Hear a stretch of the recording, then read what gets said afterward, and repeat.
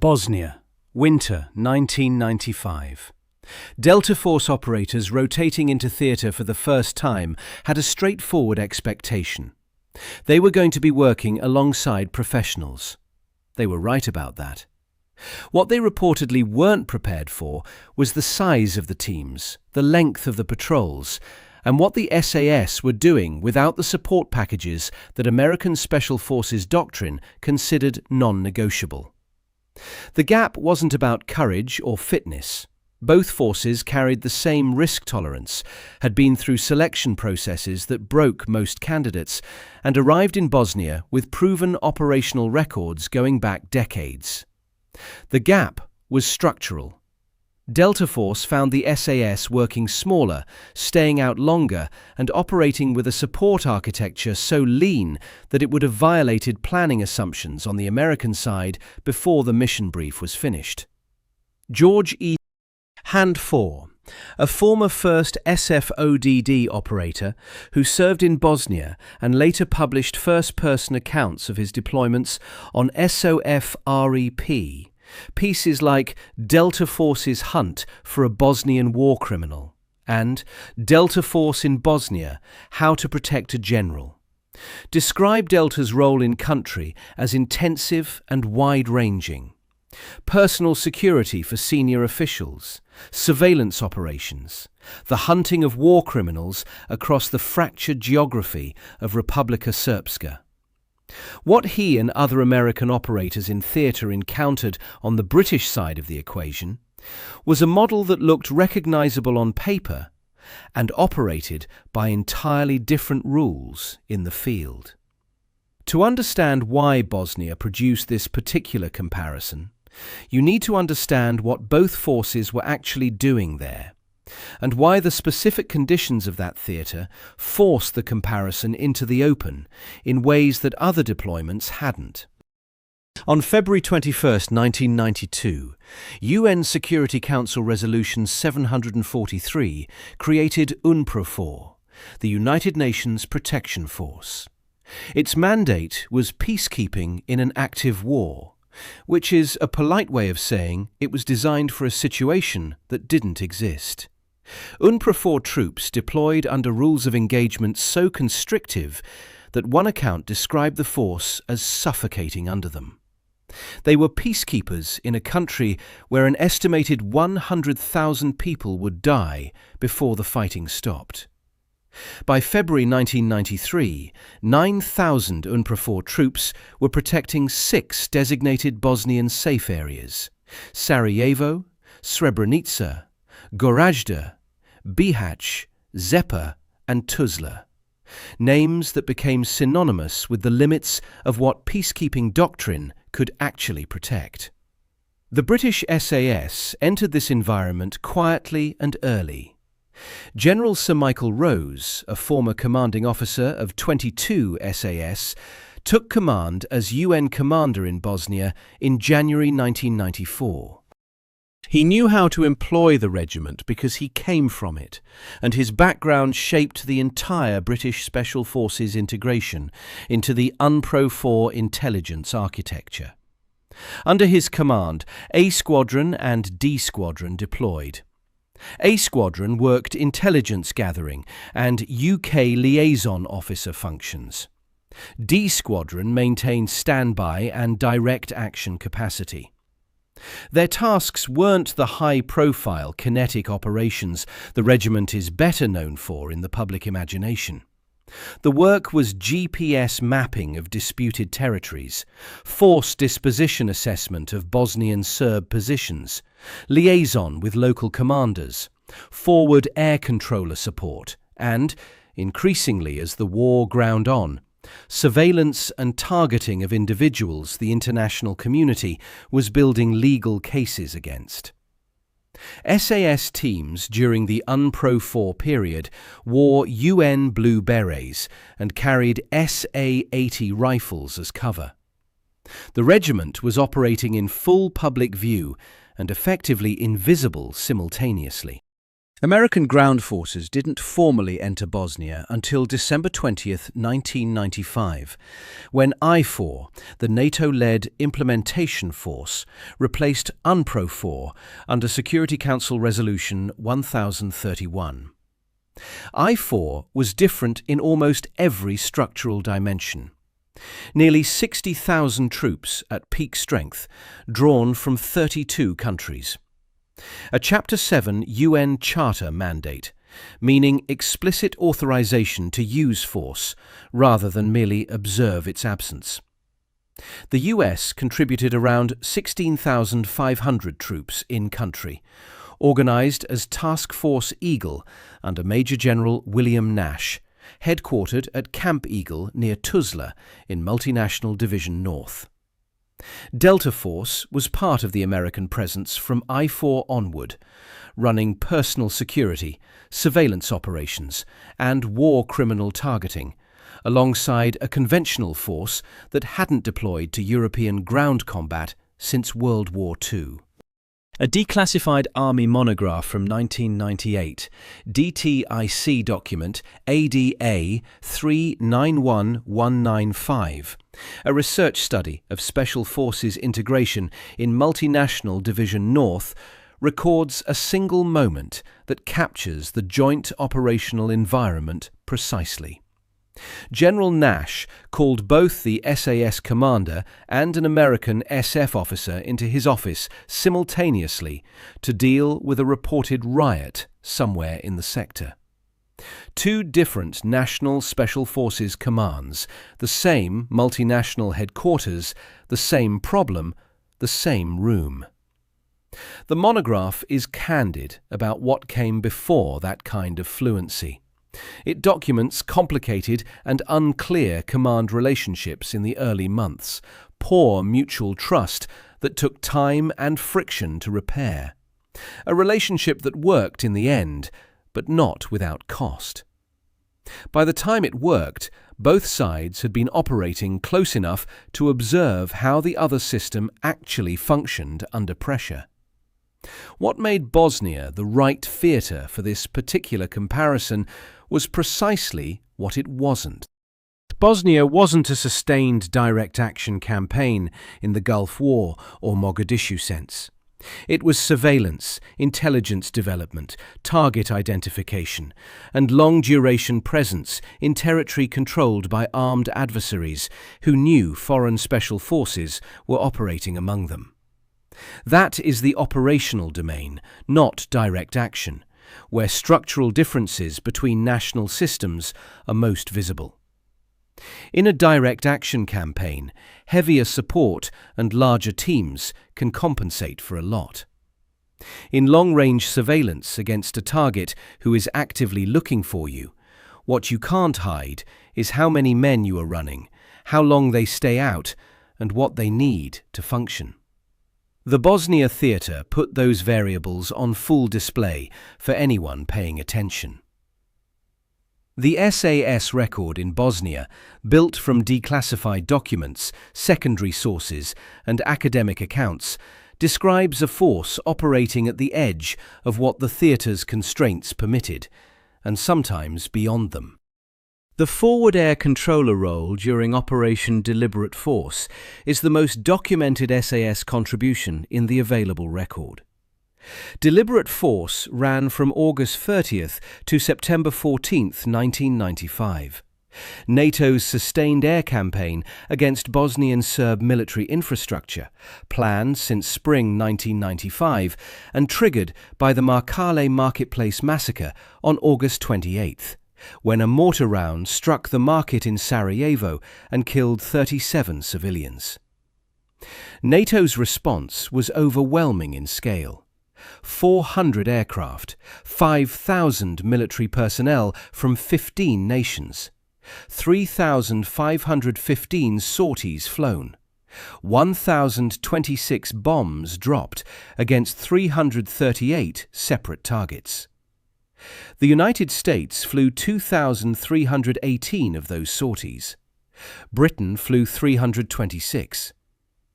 SAS forward air control teams were embedded in the targeting process, translating intelligence and ground observation into real-time direction of NATO aircraft against specific military hardware. Defence historian Richard Aldrich, working from academic sources at Warwick University, specifically records an SAS operation on August 30th, 1995, the opening day of deliberate force, directing airstrikes around Sarajevo.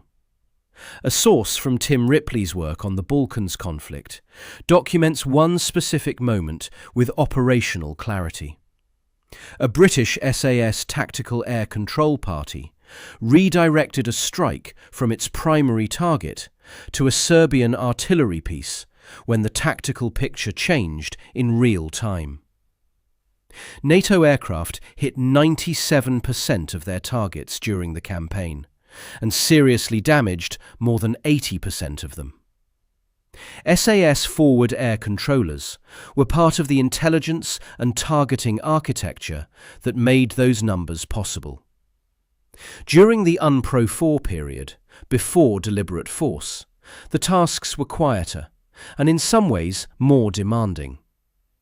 SAS teams inserted by helicopter into Maglaj during the siege there, working alongside Bosnian Muslim forces, providing liaison and operational guidance while surrounded. They maintained presence in Gorazde during the siege, operating in conditions the British government classified as high risk, with declassified Foreign Office documents later revealing that withdrawal plans for British forces in Gorazde existed as late as 1995, designated Operation Screwdriver. GPS mapping teams moved through disputed territories, providing ground truth data for NATO aircraft that would eventually need precise coordinates. All of this under UN cover, in terrain where Bosnian Serb forces were operating in strength, without the possibility of quick extraction if things went wrong quickly. The war criminal mission had begun even before deliberate force. Academic research places the SAS employment to find alleged war criminals from 1994, a full year before Radovan Karadzic and Ratko Mladic were formally indicted by the International Criminal Tribunal for the former Yugoslavia on July 24, 1995.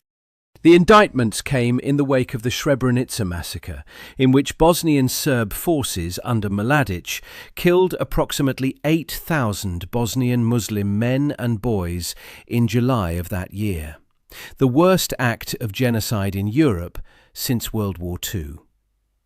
The political and legal pressure to locate and eventually apprehend these men became the defining mission of the post-Dayton period, and the British were already building the surveillance architecture before the indictments were issued. SFOR, the stabilization force that replaced IFOR in December 1996, carried explicit authority to detain war crimes indictees. On February 28, 2002, NATO issued a statement confirming an SFOR operation near the town of Celebici in Republika Srpska, an attempt to detain Karadzic. The statement used the acronym that had become standard across the alliance: Persons Indicted for War Crimes, PIFWC.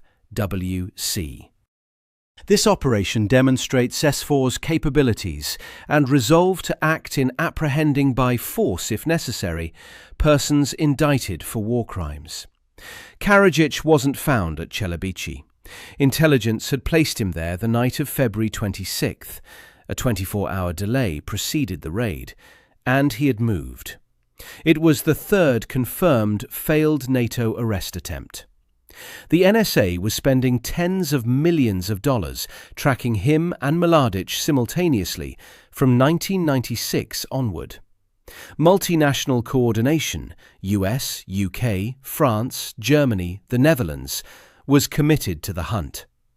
The first confirmed successful Special Forces war crimes arrest came in July 1997, when UK Special Forces mounted an operation in Prijedor, Republika Srpska. One suspect detained, one killed. It was the beginning of a new operational phase, proof that the surveillance work could produce actionable results when the conditions aligned. Delta Force arrived in Bosnia carrying a doctrine built for a different kind of war. The historical relationship between the two forces isn't incidental background. It's the starting point for understanding why the comparison landed the way it did. Colonel Charlie Beckwith, who founded first SFOD-D in 1977, had spent time attached to 22 SAS in the 1960s. He came back from that attachment convinced the United States needed a unit structured around the same core principle: selected individuals, small teams, self-reliant operators capable of independent action across the full range of special operations tasks. Delta Force was, in its foundational design, an American answer to the SAS model. Four-man team doctrine inherited directly from British practice. Assault squadrons mirroring the British structure. Selection built to isolate individuals who could function without external support.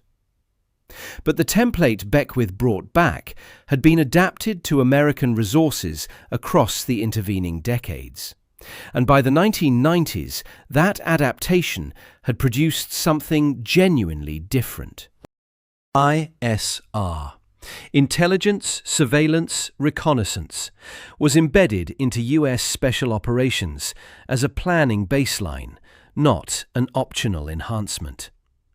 Quick reaction force coverage was an assumed condition for mission approval, not a bonus capability.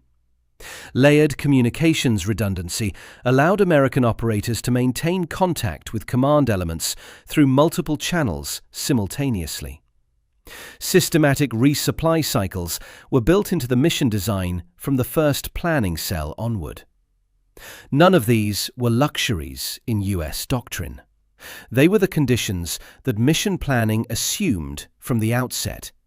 The infrastructure that allowed American operators to operate at the highest level of effectiveness. Delta's selection also differed from the SAS in ways that shape any honest comparison. Delta drew its candidates from pre-screened special operations soldiers, Rangers, Green Berets, Force Recon, other SF personnel who had already passed demanding selection in their parent units. The operator training course then assessed those pre-filtered men over a 6-month pipeline. Former Delta operator Dale Comstock described the numbers from his own selection class. 110 men started. 6 completed the course. 3 were selected for Delta. A pass rate below 3% of starters. Figures that appear to place Delta selection among the most demanding anywhere in the world until you understand that the pool was already elite before assessment began. Delta was filtering exceptional soldiers to find exceptional special operations soldiers. SAS selection starts from the general military population. Any serving member of the British Armed Forces can walk in and attempt the course. Infantry private, combat medic, Royal Engineer. The filtering happens entirely inside selection itself, in one continuous, uncompromising pass, not upstream in a parent unit. The selection process is therefore carrying a much heavier load. It has to identify the SAS trooper from the broader military population, rather than from a pre-screened tier. The Hills phase, conducted over the Brecon Beacons in South Wales, is where most of that filtering happens. And the course design is worth examining in detail because it directly explains the operational behaviour American operators observed in Bosnia. The Brecon Beacons were selected for SAS selection in the mid-1950s, specifically because the terrain was suitably rugged, a plateau landscape with genuine elevation gain, exposed ridgelines, and weather that can move from mist to sleet to driving rain in the course of an afternoon. Candidates navigate solo, without peer support, carrying approximately 25 kilograms. They receive grid references and checkpoint locations. They navigate to those checkpoints, or they fail. There are no running scores, no feedback, no explanation provided when someone is cut from the course. Candidates simply stop being there. The course runs approximately 4 weeks, escalating steadily in distance and weight. The final test is the long drag, also called the Endurance March, a 40-mile navigation route conducted under full load, with checkpoint times that have to be hit to continue. Multiple secondary sources place the sustained pace required across the route at a level that produces attrition even among physically exceptional candidates. Andy McNabb described the hills phase in his account of Bravo 20. Dropping out within the first week was commonplace, and the 4-month continuation training that followed Hill's selection, including jungle training in Belize or Brunei, was where the technical skills were built in men who had already proven they could function alone under genuine physical duress. Pete Scully, an SAS trooper who wrote about the regiment's history, described the same arc. 3 weeks of physical selection over the Brecon Beacons, then 5 months of continuation training before badging. Multiple sources consistently place the SAS pass rate at approximately 10% of candidates who begin, with some accounts suggesting it sits in the single digits in some years. The total pipeline from first attempt to combat-ready badged trooper runs roughly 6 months. What it produces, deliberately by design, is an individual who, when everything else is removed from the equation, makes the right decision and keeps moving. No superior officer to ask, no QRF to call in, no peer alongside to confirm the route choice. The Hills phase selects for the person who answers correctly when the only available answer is internal. That person is the operator Delta Force encountered in theatre, the same architectural principle expressed at patrol level. The doctrinal divide showed most sharply in 2 places: Operation Ensue and the years of surveillance against Karadzic and Mladic that preceded and followed it. Operation Ensue was conducted on the night of September 27, 1998. A 4-man SAS team, all 4 members fluent Serb speakers, a language requirement that had shaped the team's composition from the outset, moved from Bosnia across the border into Serbia. They had located Goran Todorovic, a Bosnian Serb war criminal who had been under surveillance, hiding in a cabin on the Serbian side of the border river. The team crossed into Serbia, stormed the cabin, secured Todorovic, and brought him back across the river into Bosnia.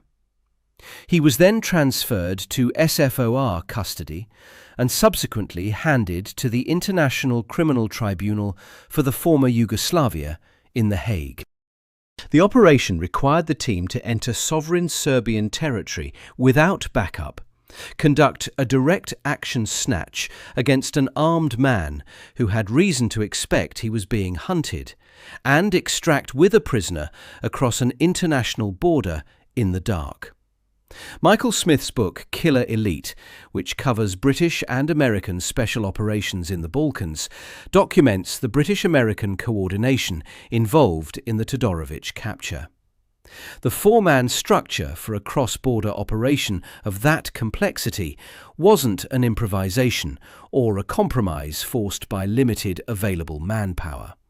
It was the designed response to a set of conditions: small footprint, language capability, indigenous appearance, minimal logistical signature, that a larger team would have compromised. Anto Ferunja, a Bosnian Croat commander, was captured in a separate SFOR operation and sentenced to 10 years at the ICTY. Stanislav Galic, the Bosnian Serb general who directed the sniping campaign against Sarajevo's civilian population across years of siege, was captured by SFOR forces and sentenced to life imprisonment. The public record of these operations is partial by design. The specific methodology behind each arrest sits in classified operational files. But the pattern across confirmed captures is consistent. British-led or British-initiated, small team, precision fieldcraft, intelligence-driven. The Karadzic and Mladic cases ran longer and harder, and they illustrate a different dimension of the same patience-based approach.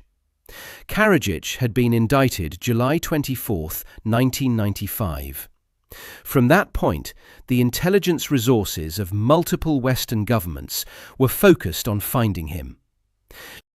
He was operating in the French-controlled sector near Palais for a significant portion of the mid to late 1990s, believed to enjoy protection from elements of the police and military in Republika Srpska, and known to be counter-surveillance aware. He understood he was being hunted and had arrangements in place to make the hunt difficult.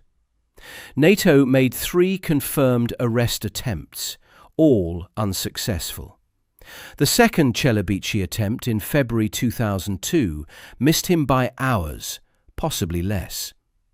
A former SAS officer involved in the arrest operations spoke to an academic researcher about the experience, cited in a 2016 article in the journal Studies in Conflict and Terrorism. The full account remains partial in the public record, but enough survives to confirm the officer acknowledged the specific difficulty of maintaining surveillance against a target who was actively watching for surveillance in a protected environment across an extended period. That description is an operational truth about what long-duration HVT surveillance against a paranoid, security-conscious target actually demands. Not speed, not firepower, but sustained patience under discipline, minimal transmission signature, and the willingness to remain in position, observing when nothing happens for days at a time. Mladic was spotted at a soccer match in Belgrade, the specific date unclear in available sources, suggesting he was less disciplined in his movements during certain periods. He was nonetheless arrested only in May 2011, 16 years after his indictment. Karadzic was found in 2008, living under a false identity in Belgrade, working as a practitioner of alternative medicine. The years between indictment and arrest were years of sustained surveillance and intelligence development, much of it British-driven in the early phase, multinational as S4 consolidated its institutional approach. For American operators, from a doctrine built around time-bounded, well-supported operations with defined mission windows, the Karadzic and Mladic hunt was the clearest available demonstration of what the SAS approach to long-duration fieldcraft looked like when it ran against a genuinely hard problem. Years, not weeks. Small presence, not large footprint. Patience over tempo. The JCO handover in December 1996 is where the institutional record becomes most explicit about what the British had built and what the Americans inherited. The Joint Commission Observer Programme had been running since UNPROFOR. Small military teams, embedded across Bosnia with local, regional and national leaders, functioned as informal emissaries capable of mediating disputes and, where necessary, calling in airstrikes. The British had built and operated this network for years, under conditions where the Americans weren't yet present in country.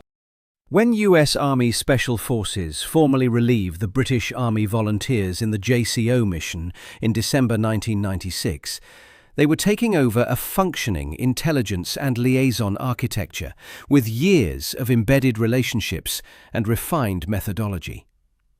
The declassified DTIC paper on Special Forces Integration in Multinational Division North is precise about what followed.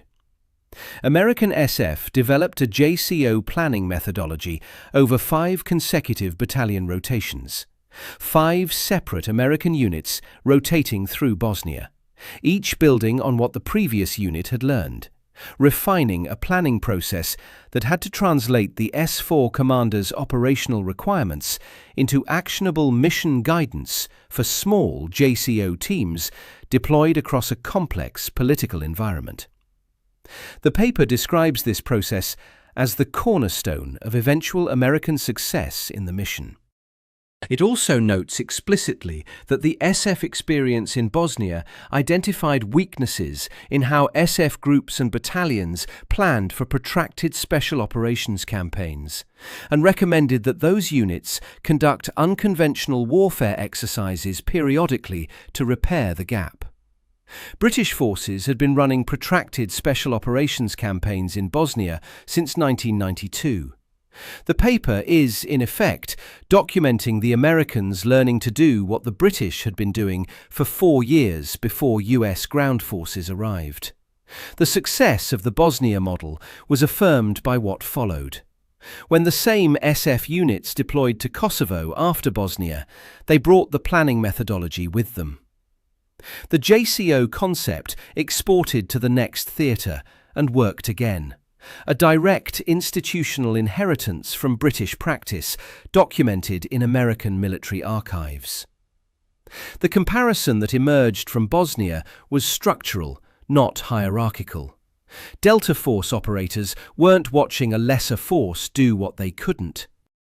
They were watching a force built around different assumptions perform operations those assumptions had designed it for. Delta Force and the SAS share a founding document. Beckwith built Delta from the SAS template in 1977.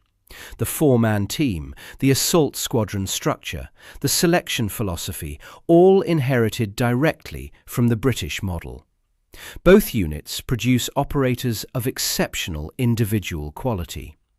Both select for independent judgment and resilience under stress. The argument isn't that one unit is better. The argument is that they represent different answers to the same foundational question. What does a Special Forces soldier need to be capable of? And what does the system owe him in the field?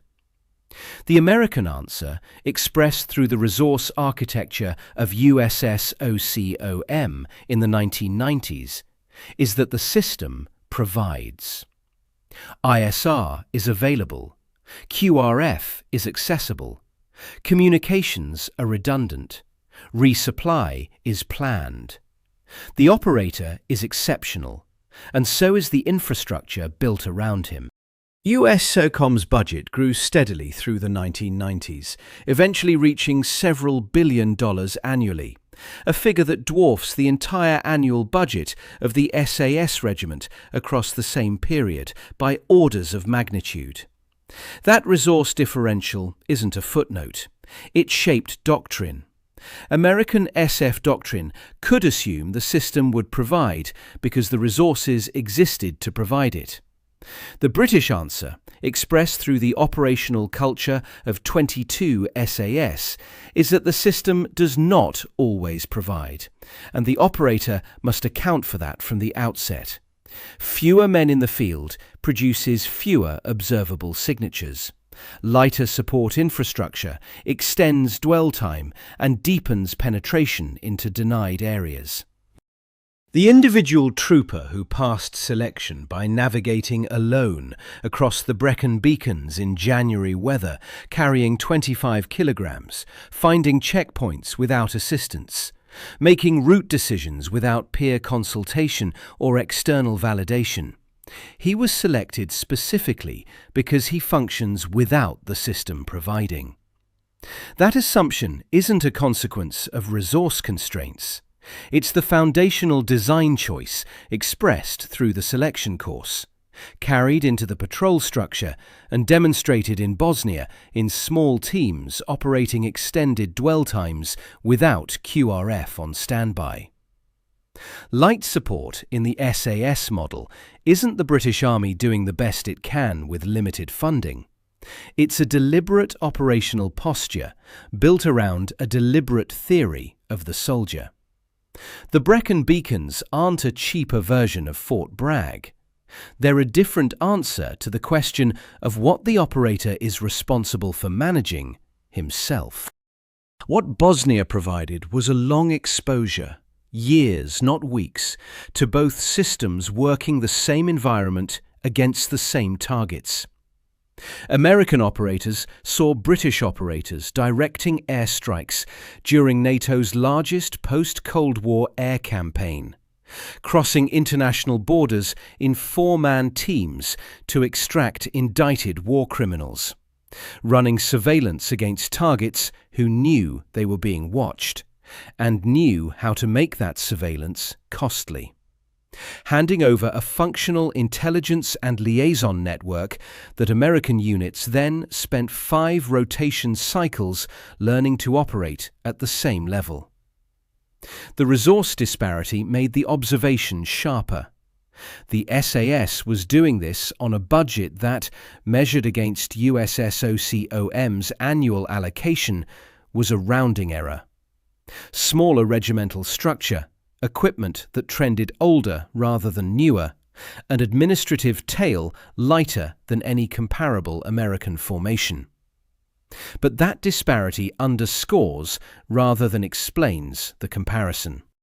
The SAS wasn't achieving results despite its resource constraints.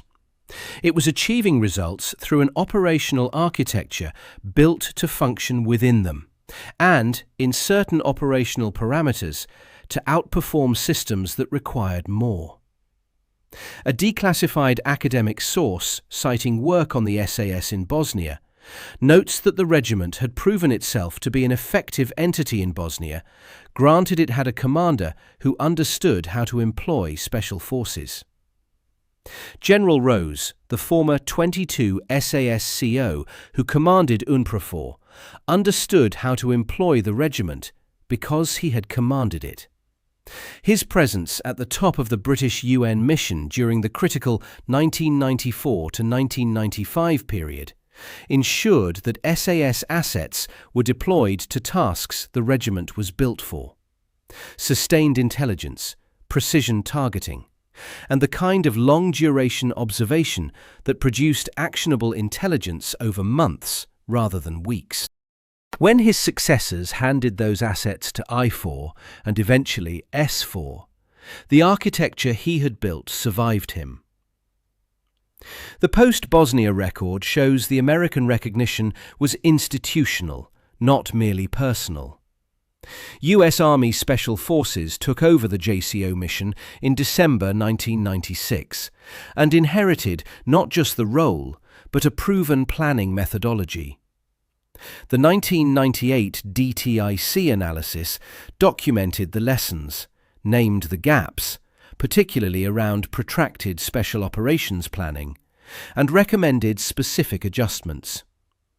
From Bosnia to Baghdad, a study of US Army Special Forces evolution from 1995 to 2004 documents the transformation that followed.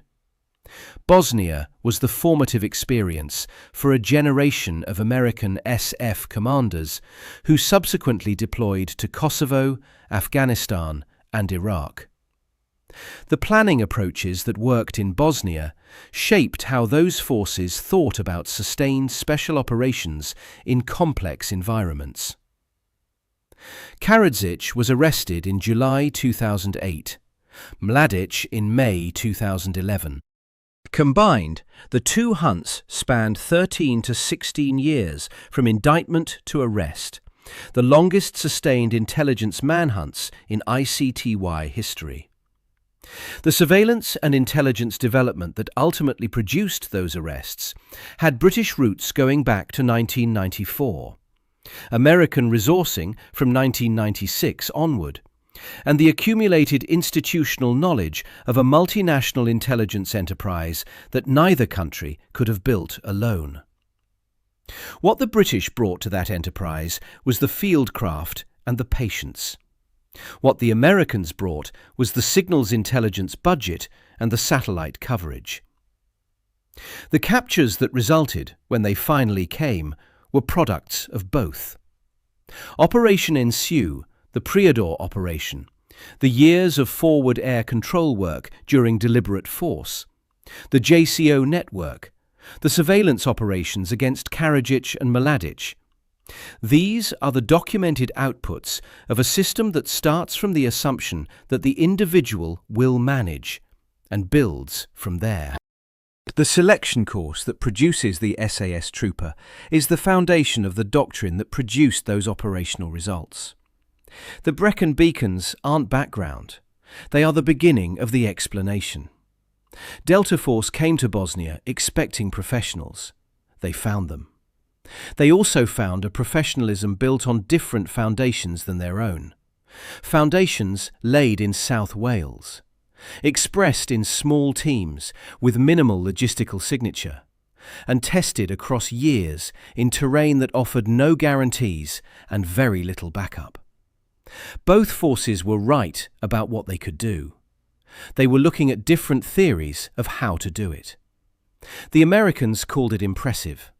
The British called it Tuesday. Subscribe for more stories like this.